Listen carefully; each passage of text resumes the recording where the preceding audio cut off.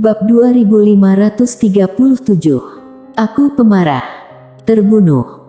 Melihat Mileye benar-benar membunuh Garno, wajah Yulita Sang langsung berubah.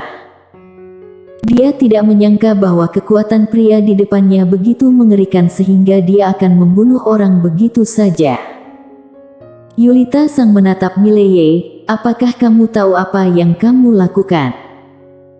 Mileye menggelengkan kepalanya, aku tidak tahu. Yulita Sang berkata dengan marah, apakah kamu tahu siapa dia?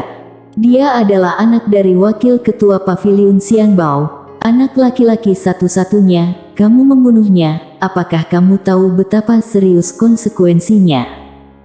Mileye berkedip, lalu menunjukkan ekspresi, ngeri, putra wakil ketua. Aku tidak tahu. Aku melihatnya menggertakmu, jadi, aku. Yulita Sang membeku sesaat, lalu berkata, kamu membunuhnya karena aku. Mileye mengangguk dengan cepat, ya. Yulita Sang menatap Mileye, kenapa? Mileye ragu-ragu sejenak, lalu berkata sedikit malu-malu, kamu cantik. Menara kecil. Yulita Sang menatap Mileye, dan setelah beberapa saat, dia menarik napas dalam-dalam, dan berkata, cepat pergi. Mileye melirik tubuh Garno, dan berkata, lalu apa yang akan kamu lakukan? Yulita Sang terdiam, aku seharusnya baik-baik saja. Mileye dengan cepat berkata, bagaimana kalau kita pergi bersama? Yulita Sang menatap Mileye, kawin lari denganmu. Saat Mileye hendak berbicara, Yulita Sang menggelengkan kepalanya, kalau aku ikut denganmu, kamu pasti akan mati. Kalau kamu pergi sendiri, kamu masih punya kesempatan. Mileye tersenyum tipis, gadis bodoh, kalau aku pergi, kamu pasti akan mati. Yulita Sang memandangi Mileye, dia merasa kesan baik. Pada saat ini, aura menakutkan tiba-tiba muncul di langit yang jauh. Melihat aura tersebut, wajah Yulita Sang langsung memucat, dia buru-buru berjalan ke Mileye, lalu mengeluarkan jimat dan menyerahkannya kepada Mileye. Jimat ini jimat teleportasi kualitas ultra, kamu bisa menggunakan jimat ini untuk berteleportasi ke Star Territory, cepat pergi. Mileye bertanya, lalu apa yang akan kamu lakukan? Yulita Sang berkata dengan marah, aku milik Paviliun Xianbao, dia tidak akan melakukan apapun padaku.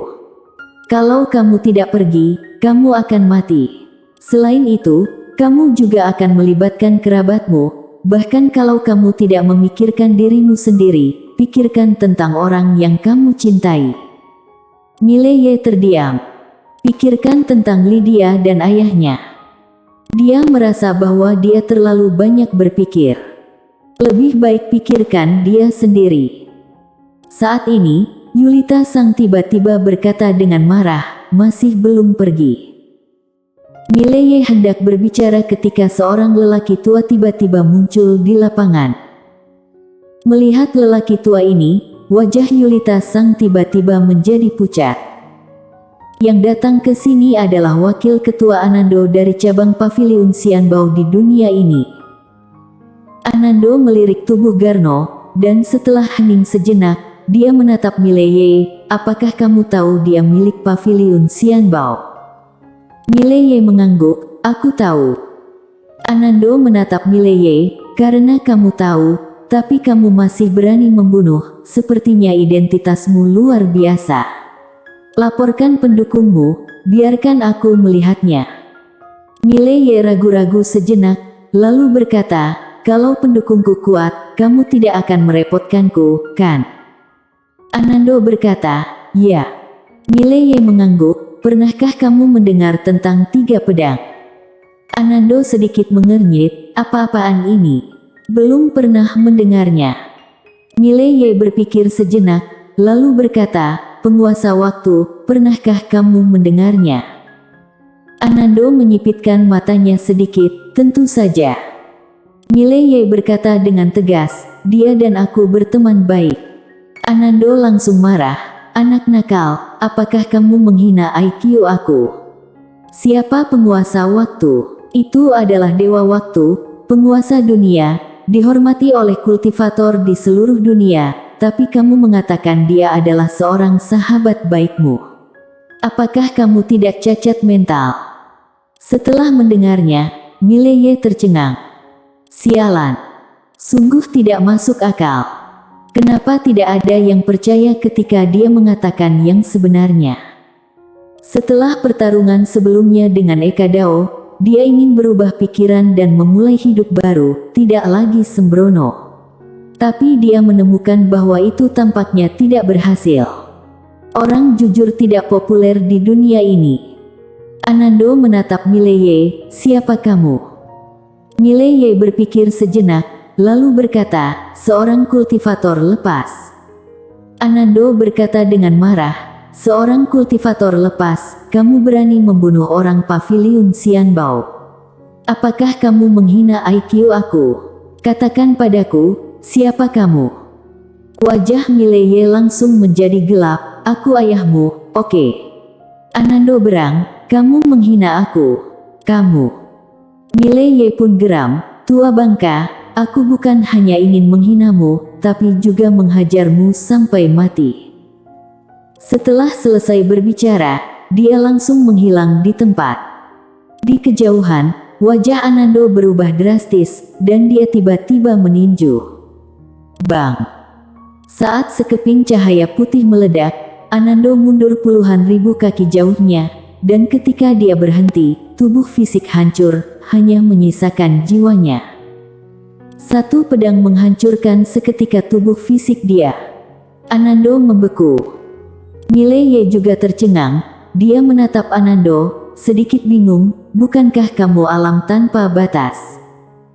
Anando menatap Mileye, juga sedikit bingung, apakah kamu alam tanpa batas? Mileye terdiam. Baru sekarang dia menyadari bahwa lelaki tua ini bahkan bukan seorang eternal abadi, melainkan seorang master Tuan Maha Tinggi.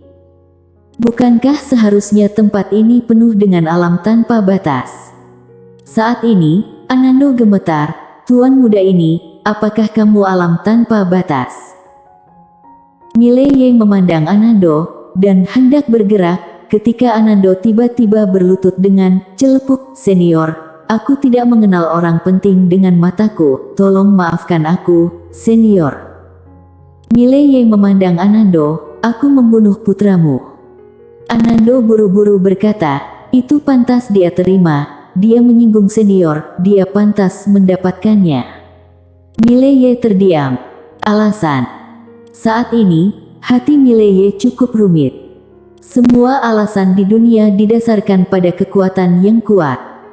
Kalau kamu memiliki kekuatan, pihak lain akan mengambil inisiatif untuk meminta berunding dengan kamu. Kali ini, Anando berkata lagi, senior, tolong senior bermurah hati. Jelek. Sebelum Anando selesai berbicara, sebilah pedang menusuk tepat di antara kedua alisnya. Detik berikutnya, Anando langsung diserap oleh pedang biru gaib. Benar-benar terhapus. Di samping, Yulita Sang melirik Mileye dengan sedikit ketakutan di matanya. Mileye memandang Yulita Sang dan berkata sambil tersenyum, apa menurutmu aku kejam?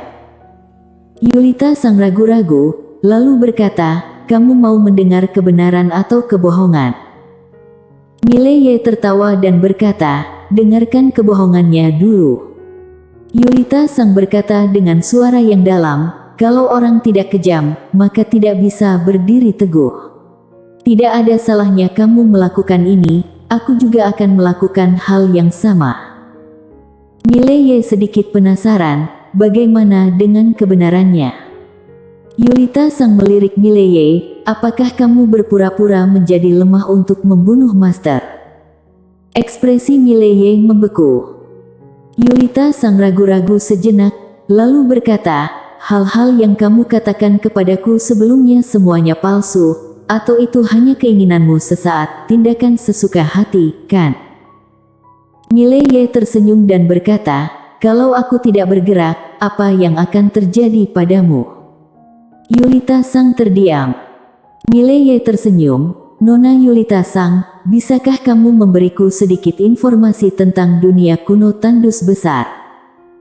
Yulita Sang segera mengeluarkan sebuah cincin penyimpanan dan menyerahkannya kepada Mileye. Mileye hendak memberikan jalur Dewa Bintang ketika Yulita Sang berkata dengan cepat, tidak perlu. Mileye tertawa dan berkata, ini tidak bisa diterima. Sebagai manusia, aku masih punya prinsip. Setelah berbicara, dia merentangkan telapak tangannya, dan sebuah cincin penyimpanan perlahan melayang di depan Yulita Sang. Yulita Sang melihat ke arah cincin penyimpanan, tapi tidak mengambilnya. Saat ini dia masih sedikit takut pada Mileye. Bunuh orang begitu saja, tanpa ragu sama sekali. Sangat ngeri. Mileye tersenyum, lalu meletakkan cincin penyimpanan ke tangan Yulita Sang, lalu berbalik dan pergi, seolah memikirkan sesuatu. Dia berkata lagi, kalau orang-orang dari Paviliun Xianbao mengganggu kamu bisa suruh mereka datang kepada aku, namaku Mileye. Suara itu terdengar, dia menghilang di kejauhan di ujung langit. Yulita Sang menatap Mileye di langit yang jauh, dan berkata dengan lembut, kultivator pedang Mileye. Di ujung langit berbintang di kejauhan, menara kecil tiba-tiba berkata, majikan muda, mau kemana kita sekarang? Mileye berhenti, dan dia melihat sekeliling dengan ekspresi serius di wajahnya. Dunia kuno tandus besar. Dia baru tahu dari informasi yang diberikan oleh Yulita Sang bahwa dunia kuno tandus besar ini adalah dunia yang agak istimewa. Di sini, tidak ada fraksi kekuatan. Penduduk di tempat ini sangat sedikit, tapi peninggalan tandus besar banyak terdapat di tempat ini. Sederhananya, tempat ini dulunya cemerlang, tapi karena alasan yang tidak diketahui, semua peradaban di tempat ini menghilang, dan kemudian kekuatan super kuno di tempat ini menjadi reruntuhan satu persatu. Di sini, peradaban seni bela diri kuno dikuburkan satu persatu. Sebelum itu Kina berkata bahwa tempat ini berbahaya, karena di tempat ini, beberapa master dari reruntuhan kuno sekarang terbangun, dan ada makhluk berbahaya di tempat ini, iblis spiritual. Sejenis makhluk spiritual khusus yang terlihat seperti siluman tapi bukan siluman, dan hidup dengan memakan makhluk spiritual. Makan makhluk spiritual. Mileye tiba-tiba teringat Yana.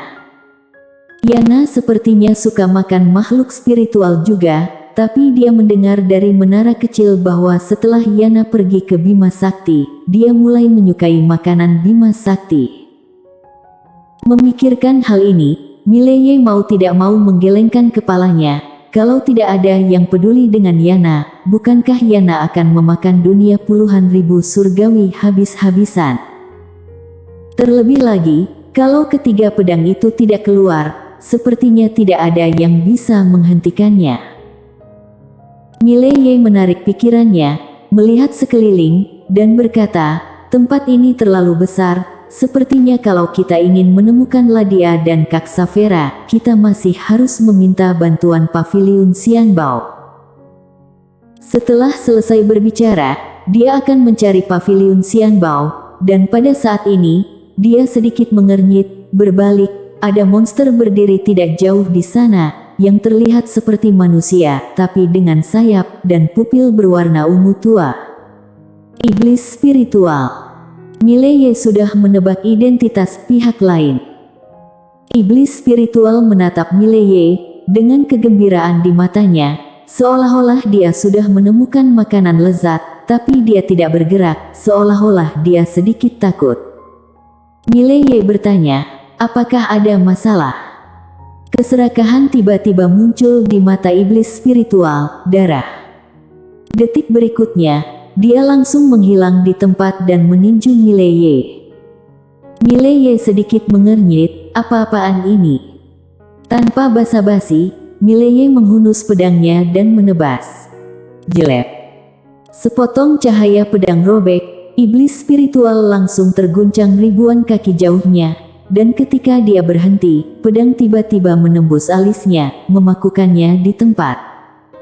Pada saat ini, raungan tiba-tiba bergema dari gunung yang jauh, "Manusia, kalau kamu berani menyakitinya, aku akan..."